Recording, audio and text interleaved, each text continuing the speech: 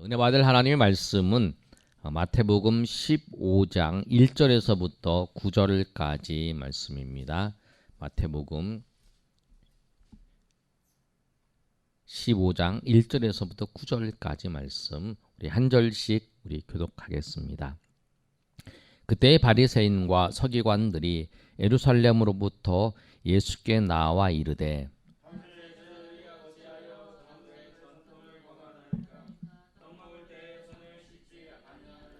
대답하여 이르시되 너희는 어찌하여 너희의 전통으로 하나님의 계명을 범하느냐.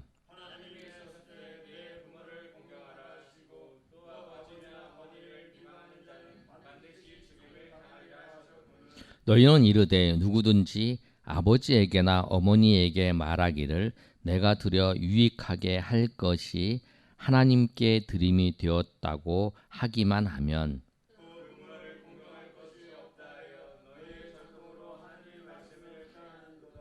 외식하는 자들아 이사야가 너희에 관하여 잘 예언하였도다. 일러스되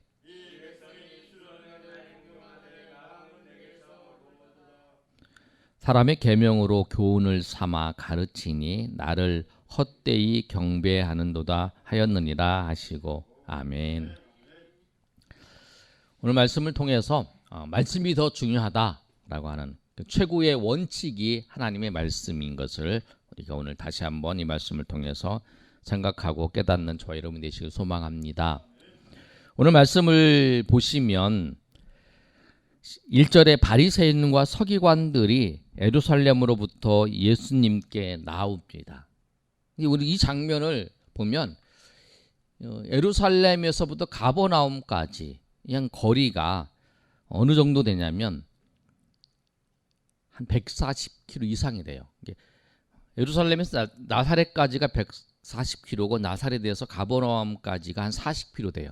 그러니까 두 개를 합치면 한 180km니까 직선거리로 따지면 한 150에서 한 180 그 사이 되는 그 거리예요.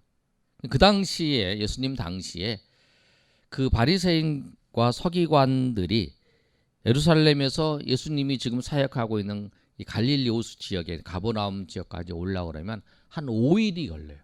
근데 5일이 걸려서 예수님께 나오는 거예요. 근데 여러분 그 본문 말씀을 잘 생각해 보시면 이들이 바리새인과 서기관들이 예수님께 왜 왔겠어요? 예수님이 그리스도이신 것을 확인하기 위해서 왔을까요?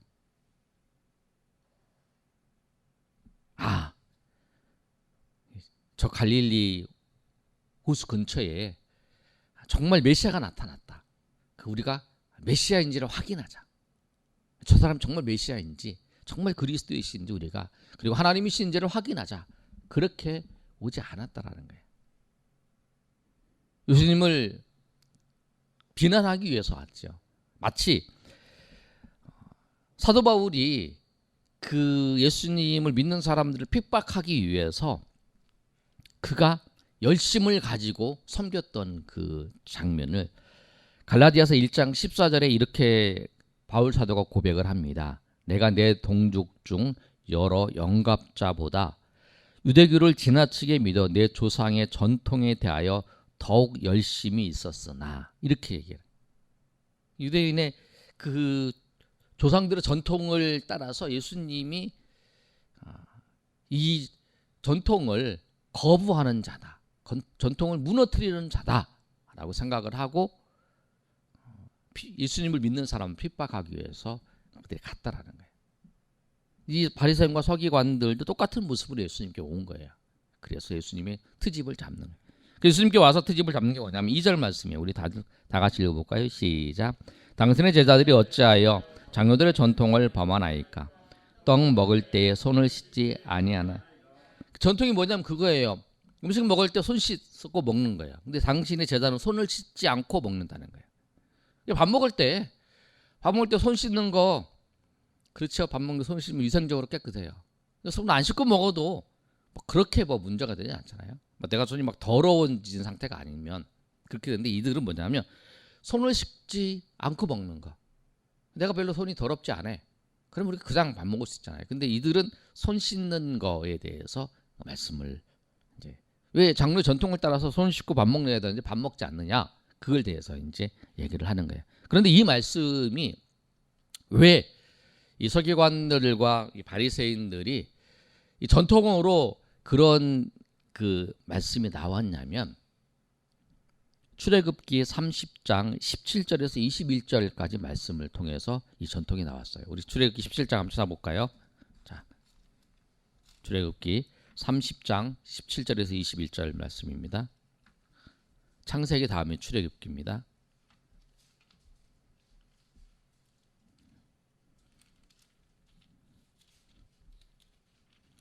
자, 17절에서부터 21절까지. 자, 129페이지 있어요. 출애굽기 30장 17절에서 21절. 찾으셨어요? 아멘. 예, 찾으셨으면 제가 17절 읽습니다. 예, 하나님께서 여호와께서 모세에게 말씀하신 거예요. 여호와께서 모세에게 말씀하여 이르시되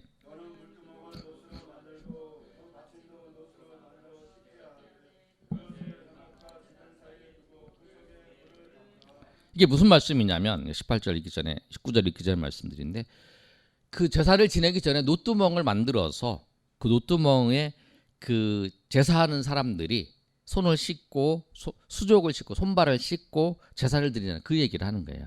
그래서 이제 19절에 이렇게 말씀해요. 거기다가 이제 물두멍을 만들어서 그것도 어디냐면 회막과 제단 사이에, 그러니까 성막이에요. 성막과 제단 사이에 물두멍을 만들라는 거죠. 그래서 어떻게 하냐면 자 20절 읽습니다. 19절 아론과 그의 아들들이 그 두멍에서 수족을 씻되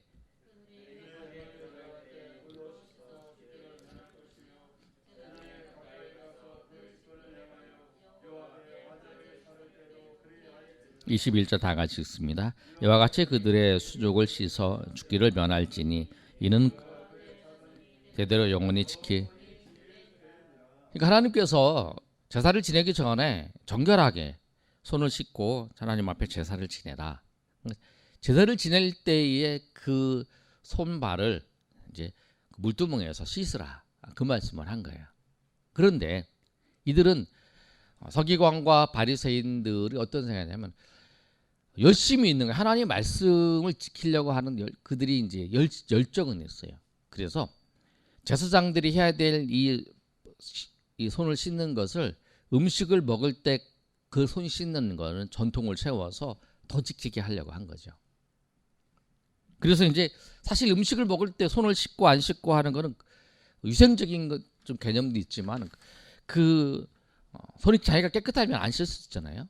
그런데 이제 그걸 가지고 말씀을 하는 거예요. 손을 씻어라, 씻지 말라. 율법에도 없어요. 십계명에도 없어요. 십계명에도 없고 율법에도 없어요. 제사장들이 자기가 하나님의 말씀에서 제사를 지낼 때 지켜야 될 그 법이 뭐냐면 손을 씻고 소족을 씻고 깨끗하게 하나님 앞에 나와서 정결하게 그렇게 제사를 지내는 거예요. 제사를 집례해야 될 그 제사장이니까. 그런데 그 법을 백성들에게 다 지키게 한 거예요. 근데 그걸 가지고 예수님과 예수님의 제자들을 예수님을 와서 책망하는 거죠. 예수님에 대해서 비난하는 거예요.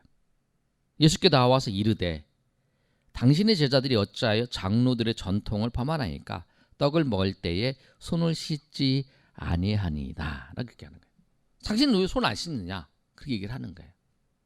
그런데 예수님은 어디에 기준을 두냐면 하나님의 말씀에 기준을 두고 살아. 거기 말씀을 하는 거예요. 그러니까 여러분 우리도 어디에다 기준을 두어야 되냐면 하나님의 말씀에 기준을 둬야 되는 거예요. 하나님의 말씀에. 누가 전통이 그래 왔 지금까지 그래 왔어. 지금까지 그래 왔는데 하나님의 말씀이 그게 아니야. 그러면 그거를 우리가 과감하게 버려야 되는 거예요. 하나님의 말씀을 따라서. 그렇게 지금까지 모든 사람이 다 그랬다 할지라도 하나님의 말씀이 그게 아니면, 그래서 예수님께서 분명히 말씀하는 거예요. 3절에 뭐라고 말씀하시냐면 대답하여 이르시되 너희는 어찌하여 너희의 전통으로 하나님의 계명을 범하느냐. 하나님의 전통보다 하나님의 계명이 더 중요하다라고 말씀하는 거예요. 하나님의 계명이 더 중요하다. 그러면서 그들이 지금 따르고 있는 전통에 대해서 말씀하는 거예요. 장로의 전통이 뭐 있냐면 그 당시에 장로의 그 전통이 중요한 전통이 하나 있어요. 그게 뭐냐면 고르반이라고 하는 제도였어요. 고르반이라는 제도가 뭐냐면 4절에 있는 말씀처럼 우리 다 같이 한번 읽어볼까요? 시작. 하나님이 이르시되 내 부모를 공경하라 하시고 또 아버지나 어머니를 비방하는 자는 반드시 죽임을 당하리라 하셨거늘. 5절 너희는 이르되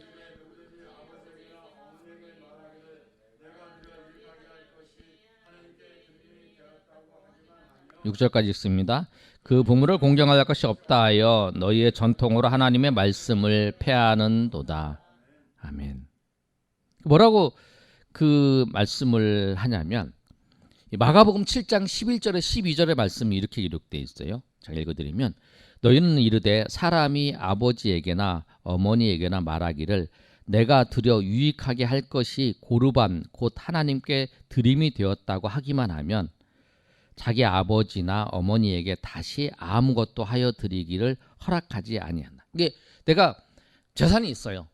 재산이 있는데 부모한테 내가 재산을 부모를 섬기기 싫어. 그러면 어떻게 하냐면 고르반, 이거 내 재산이 이게 고르반 하나님께 바쳐야 될 거다라고 얘기하면 이 재산을 하나님 그 부모한테 섬기지 않아도 된다는 거예요.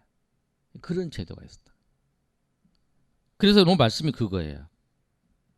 너희는 이르되 누구든지 아버지나 어머니에게 말하기를 내가 드려 유익하게 할 것이 하나님께 드렸다 하기만 하면 그 부모를 공경할 것이 없다 하여 너희 전통으로 하나님의 말씀을 폐하는도다.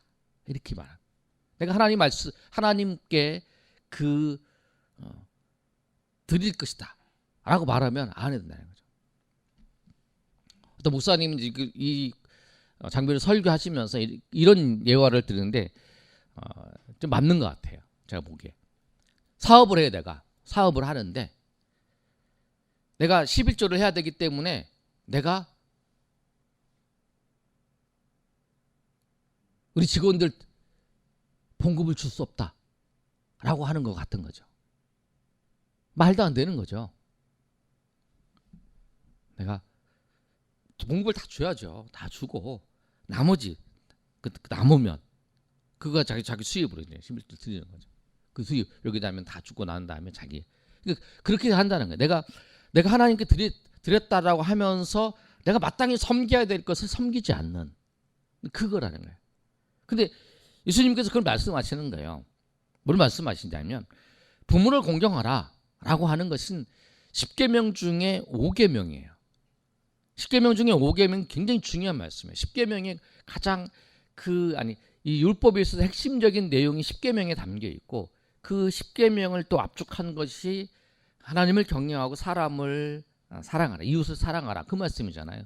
딱 정리하면 그러니까 613개의 그 계명 중에 가장 핵심적인 건 10계명이라는 거예요. 근데 그 10계명 중에 하나인 부모를 공경하라고 하는 그 계명을 이들이 전통으로 고르반이라는 그 전통을 통해서 부모를 공경하지 않아도 되는 것으로 그렇게 이끌어가는. 그래서 오늘 그 말씀을 하시는 예수님께서 너희가 3절의 말씀이 그래요. 너희는 어찌하여 너희의 전통으로 하나님의 계명을 범하느냐. 그 전통이 중요해서 하나님의 말씀을 범하는 그런 모습이라는 거예요. 그 예수님께서 그거에 대해서 정확하게 직시를 하면서 말씀해 주시는 거예요. 그러면서 하나님께서 뭐라고 말씀하면 예수님께서 그 모습을 보면서 이사야 선지자를 통해서 그 말씀했던 그 말씀을 하고 있어요. 이사야를 통해서 말씀한 그 내용이 뭐냐면 외식하는 자들아 이사야가 너희에 관하여 잘 예언하였다 일렀으되 8절 9절 말씀 읽어보겠습니다. 시작. 이 백성이 입술로는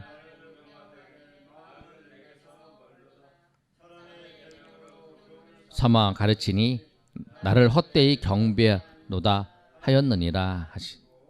이 말씀 뭐냐면 이사야 29장 13절에 있는 말씀을 한 말씀이에요. 이들 백성들이 하나님을 섬긴다고 하면서 하나님을 섬기지 않는, 그리고 사람이 계명으로 교훈 삼다 가르치다 헛되이 경배하고 있는 모습. 그 이사야 선지자를 통해서 이사야 때에 그 시대에 그 하나님께서 이사야 1장에서부터 쭉 말씀하신 내용이 그거잖아요. 이들이 와서 하나님을 섬긴다. 그런데 재단에 와서 하나님을 섬기는데 하나님을 깊이 만나지 않고 마당만 받고 지나간다.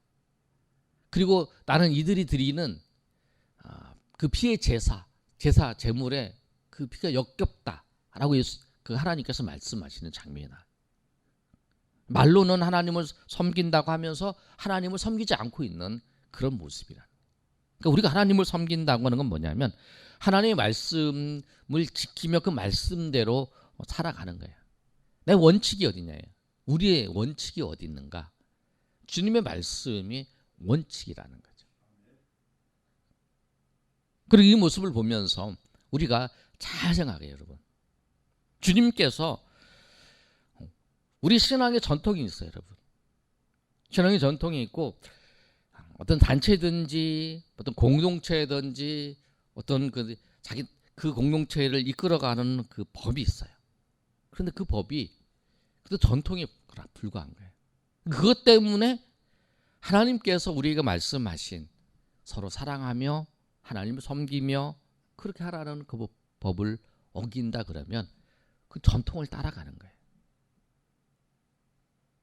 하나님을 서로 사랑하면서 서로 위하면서 서로 화합하면서 하나님께서 하나님의 일을 이루어 가기를 원하시는 거예요. 오늘 말씀에도 그거예요. 여러분 정말 우리 삶의 자리에서 정말 내가 전통을 따라가면 안 된다는 거예요. 하나님 말씀을 따라야 된다. 우리 쉽게 사람들이 그 단체를 이끌어가기 위해서 만들어진 법이 있어요. 그 법에 따라서 우리가 그 예수 믿는 사람들도 법이다 얘기잖아요. 그거 법이다 그렇게 얘기를 하면서 그런데 그 법보다 더 중요한 게 뭐냐면 하나님 말씀이에요. 예수님 말씀이에요. 주님께서 말씀하신 그 말씀이 그 사람들이 만들어진 법 전통 위에 있다라고 하는 사실을 꼭 그래서 오늘 말씀처럼 그거잖아요. 예수님께서 말씀해요. 너희가 어찌하여 너희의 전통으로 하나님의 계명을 범하느냐. 그렇잖아요. 우리가 가끔 교회 공동체나 아니면 예수 믿는 사람들의 공동체를 보면 그 만들어놓은 법 때문에 서로 싸우는 모습을 보면서 우리가 예수님이 그 계명은 서로 사랑하며 또 이웃을 사랑하고 형제를 내 몸같이 사랑하는 그 말씀을 어기면서 그 범하면서 그 전통을 그 법을 지키기 위해서 그 법을 세우기 위해서 애쓰고 수고하고 노력하는 그 모습들을 우리가 너무 많이 봤다는 거예요.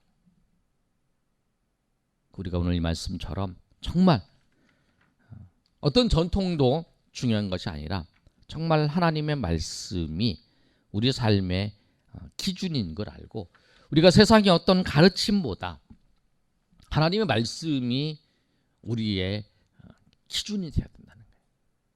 그래서 여러분은 항상 여러분의 인생에 결정해야 되는 거예요. 중요한 결정이 뭐냐면 나는 세상의 가르침을 따라가는 게 아니라 나는 하나님의 말씀을 따라가는 사람이고 하나님의 말씀을 지키는 사람이고 그 말씀대로 살아가는 사람이라는 결정해야 된다는 거예요. 단지 그 과정 속에서 우리가 즉 하나님 말씀을 지키기 위해서 내가 수고해야 되고 또 내가 손해보더라도 내가 그 길을 걸어가는 거예요. 그리고 그 길을 걸어가는 것이 성공한 길이라는 거예요. 성공이 뭐냐면 세상에 부귀를 얻고 명예를 얻고 그 다음에 권력을 얻는 게 성공이 아니라 이 땅 가운데 살면서 주의 말씀을 자기가 처해진 상황 속에서 주의 말씀을 지키고 하나님의 말씀으로 살아가는 그것이 승리한 삶이고 그것이 성공한 삶이라는 거예요.